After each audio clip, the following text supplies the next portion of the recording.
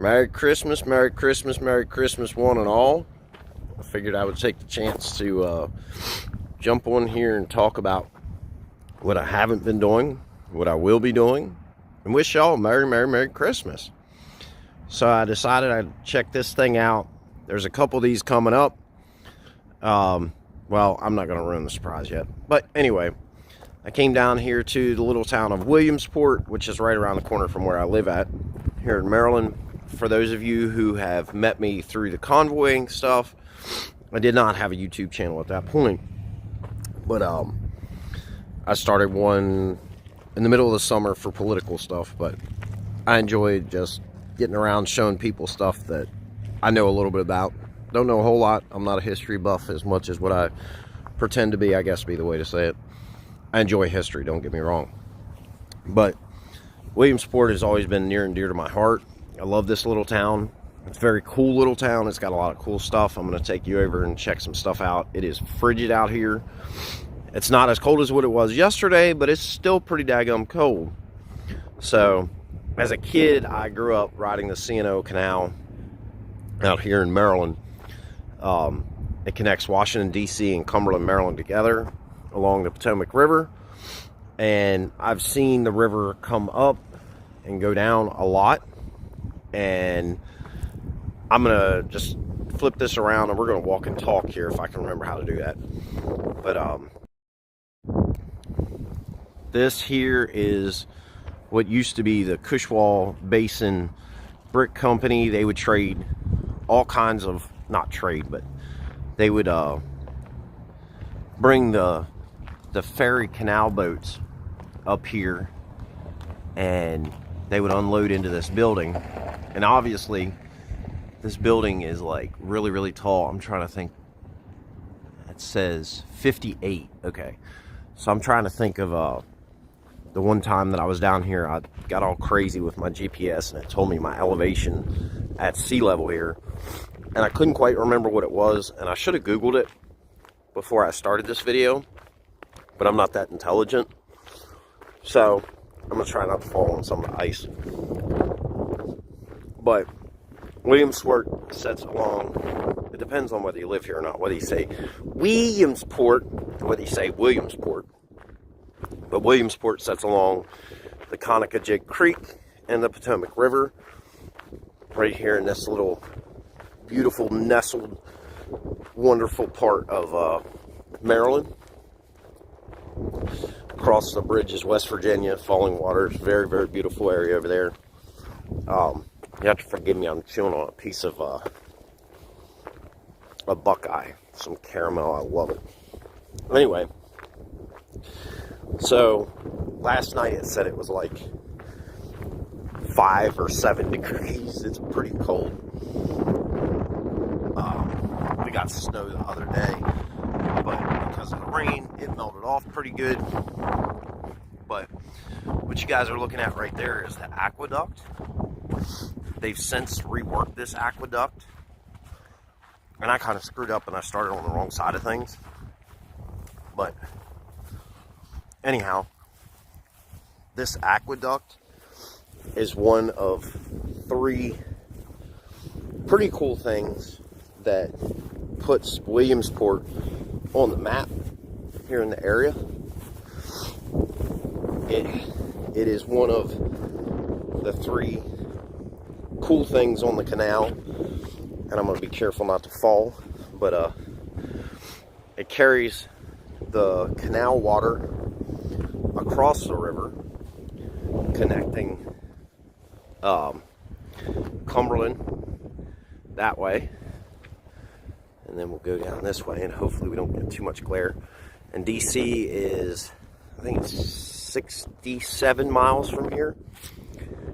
And then that's Route 11, crossing over the Potomac over there. But anyhow, they would bring the boats, the barges up here, dragged by the mules along the towpath. And they would bring them up here and dock them and, you know, run the coal in there and offload, you know, goods that came out of the city. But anyway, the Cushwall Brick Basin they would make the bricks up here and storm in that building until it was time to go on the barge and go down towards DC. But yeah, I figured it would be too cold for the boats to be setting out there. So they have, I think it's like 3 or 4 replica boats of what a private boat owner would have used back in the day, because the canal was not only for commerce, but if you were wealthy enough, you could afford to purchase a boat that you could go up and down the canal with. And it was kind of like our toll roads today, I guess is how they describe it to me. You had to pay like a fee to float your boat on there. But yeah, this building is opened up pretty frequently in the summertime. If any of y'all ever get down this way into the Maryland area and want to check it out, they've actually got a very cool, I don't know how to even describe it. So it's remnants from back when the canal was in operation.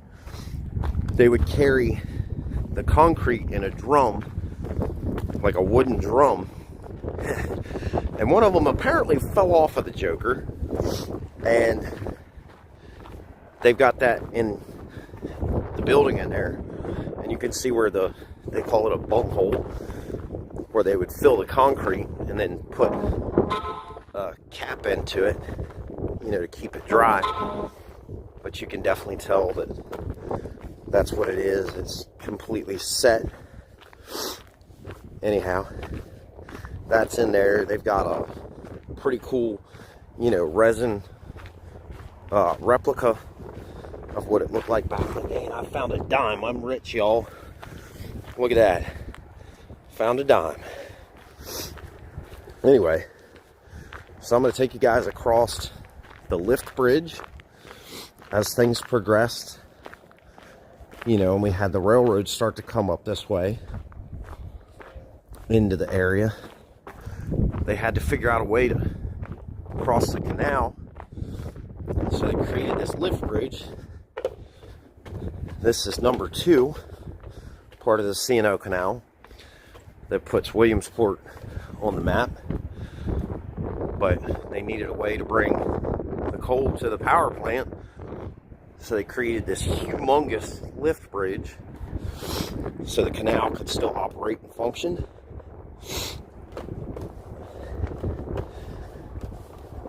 And what they did, when I was younger, this was down. They just raised it up with like a humongous crane, and they put these supports on here to keep it from falling down so that they can utilize the canal. How we doing, y'all? Merry Christmas. Merry Christmas. And I think we're going to skip the third thing because my hand is about frozen. But I jumped on here to talk to you guys and tell you about all the fun stuff. And I figure I'll show you the fun ice down on the river. And then we can talk about why I felt the importance of doing this. So, I've known a couple people who have had Parkinson's disease. A lot of what you see, these polar bear plunges, I believe most all of them in my area do this. But polar bear plunges, they do that for a good cause. Most of the ones around here, like I say, are doing it for Parkinson's disease. So, in less than a week, no, it would be a week and a day. They're going to do a polar bear plunge down here in Williamsport, January 1st, 10 to 1. I hope to be in town to do this. I have to sign up for it online, and I'm getting there to sign up on it because I'll know whether I have loads or not. But anyway, so if you want to help the Parkinson's Foundation you want to help me plunge, I'll furnish that information later on as I get that squared away. But I figured that I would jump on here and show you guys where we be plunging at and warming up at. Important thing, I'm surprised there's no mice with matches. Have already started this off. So it looks like they're gathering up pallets to get ready to warm people up after their long plunge in the icy, frigid waters of the Potomac. Now I'm gonna let you in on a little secret. I was told by a couple people it's supposed to be like 40s and 50s by then, so it won't be horrible. But getting back to what I know about the area, I've come down here before because I'm a water fanatic. I like the water. I've come down here before and I'd be standing in water right now. But anyhow, it's not quite that high today. What's up, U-Haul? So it's up a good little bit. I drove down here before I came over here.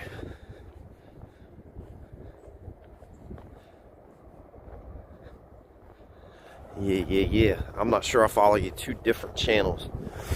But yeah, it's right still in the danger area. I don't know if you can see that little red line right there. But it says, stranger danger. Danger.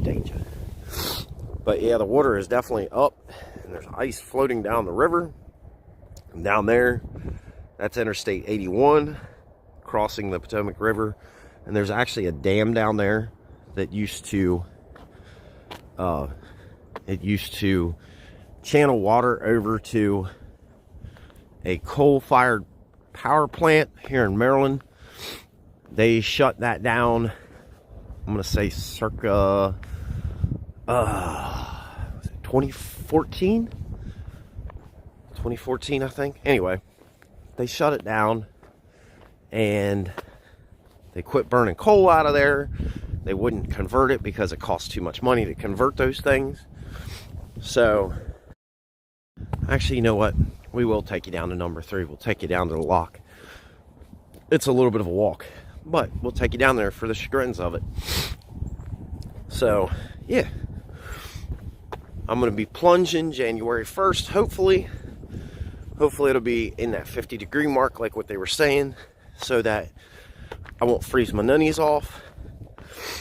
I was talking to a friend of mine about it the other day, and they were saying, well, let's research this. Let's see what could potentially bad happen to you.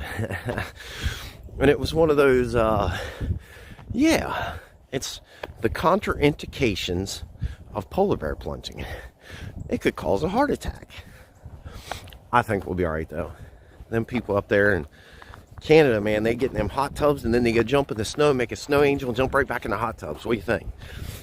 So, yeah. But, yeah. So, we'll go back to what we were seeing here a second ago. Just a little bit more. So, we've got the lift bridge, which, like I said, was down when I was younger. And it's been up for the past 8 years, I guess, 6 years. Pretty cool little device to bring the trains over there, which is now a road. And then you got the aqueduct, and I got to take my time so I don't bust my head because there's ice on that joker. The aqueduct to carry the canal down, the canal water down. When I first moved here, the aqueduct was not in operation, so they found a very generous donor and they paid to fix that. Now, those of us who really like YouTube videos, that view right there, there was a pickup truck on YouTube that fell in the C&O Canal, and it happened right here. Right here. But they were trying to do some cleanup work on the canal, and that guy was, I think, gal, I don't know who was driving it, But I think they were trying to spray some weeds, if I remember correctly, is what somebody told me over there in the headquarters kind of jobby. Try not to bust my head again here. But in the summertime, you can ride on the canal that is obviously ice covered right now. And it is such a blast because it's very, very flat. Even though there's feet of elevation to be gained, it's pretty well flat. And it is absolutely a blast. I've spent years riding the canal.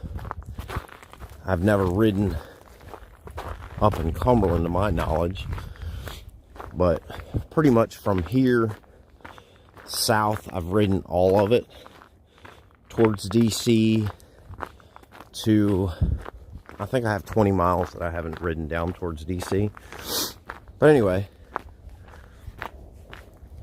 it's definitely a fun ride. If you ever get a chance to come to Maryland and you want to run a bicycle, ride around, there's a whole bunch of different companies along the canal that will rent you a bike by the hour, by the day. It's a little bit salty in my book because, you know, the bikes that they rent you are heavier. They're not like what you or I would purchase per se. I guess some of them probably have had to go back to what you could purchase based off of supply issues. But yeah, you can ride on the canal, camp at different free campsites along the way. I'm trying to think of where the closest camp is from here.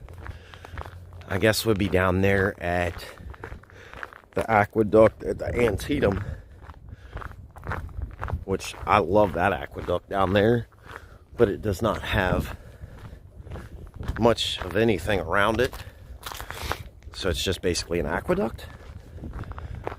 But I'm kind of intentionally trying to keep y'all staring at the canal here because there's an opening in the trees so we can look at the power plant. I should have brought a tissue to blow my nose. Y'all have to forgive me. I got a little bit of allergies going on. A little bit of some other stuff going on that I have no clue what it is. But I'm taking crap loads of vitamin C and eating my oranges. So after we get done chit-chatting and showing y'all the lock down here, I will eat my orange and enjoy the river. Who knows, I might even take you guys for a fun little walk down there where it says no trespassing. I probably shouldn't because that could be held against me in a court of law. And I just admitted that I knew that I had a no trespassing sign, so I probably shouldn't. I don't feel like going to jail on Christmas, even though everybody does it. But anyhow, getting close down here to the lock. But yeah. So, long story short, I never got a great answer out of these people that talk about history. But the mule would walk on this trail right here, a team of mules, and they would tie a rope, a cable, to their harness, and they would drag a barge up through here. And since it's so daggone flat, it wasn't really like a hard pull, they allege. And they would drag the barge up, and each lock represents 10 feet of elevation. So they would drag the ferry boat, the barge, down to the lock, and at every lock there's a lock house where there would be a family who would stay there, and they would open the lock and operate it for the people on the canal. And this lock house is actually in really, really good shape. They've rebuilt it or reconditioned it, or however you want to word it. But there's a little bit of history on it that I'll show you guys. It's kind of little, the sign is like, they need to get a new one, we'll say it that way. But it tells you about the the family name and all that good stuff.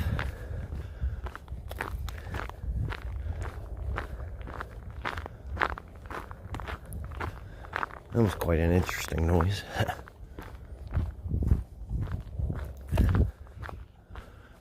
But yeah, they would drag the ferry down here, the barge down here. Oh, somebody, yeah, I see what's going on over there. Over there. And I feel like you guys can see the big handles there. They would allow the water to come in to the lock via there's 4 pieces of metal sticking up. It's like the paddles, if you will. And when they're open, it would rise. When they're closed, they would be trying to lower it. And they would bring the boat from there into here with the doors open. You can see down there at the bottom, it's kind of where the, if you will, the gates, the sluice box gates, or whatever they call them. But this is the lock house where the family resided in that operated the lock. And there it is. If y'all want to screenshot that, feel free to.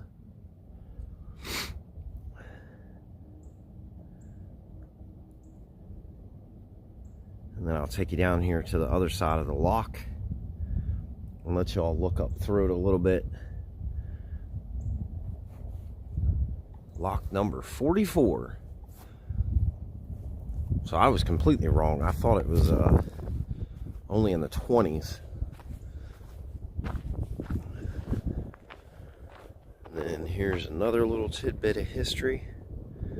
Feel free to screenshot it if you want.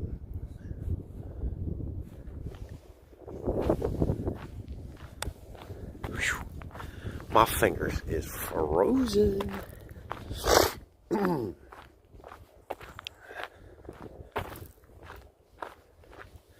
But yeah, downstream is Washington, D.C. And they would come up and go into the lock right there. So obviously this is at the next level of water where it would be at. And then there's another thing over there, which I think is where they could store an extra boat, is kind of what I saw in a picture one time. I've never had anybody quite give me a great description that I could understand.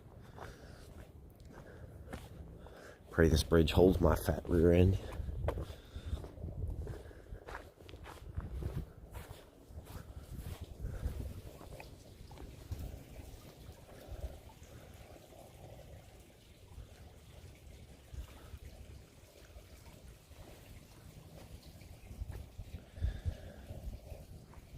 But, yep, in a nutshell, that's Williamsport, Maryland, Lock 44. And then up just a little bit, within a mile of each other, we've got the lift bridge. And then we've got the aqueduct. It's the only place on the canal that has these 3 natural, well, not natural, has these 3 man-made features that are kind of unique to the river and the canal as a whole. And I'll show you this power plant real quick, and then I'm going to jump off here and put this thing in my pocket and warm my hands up.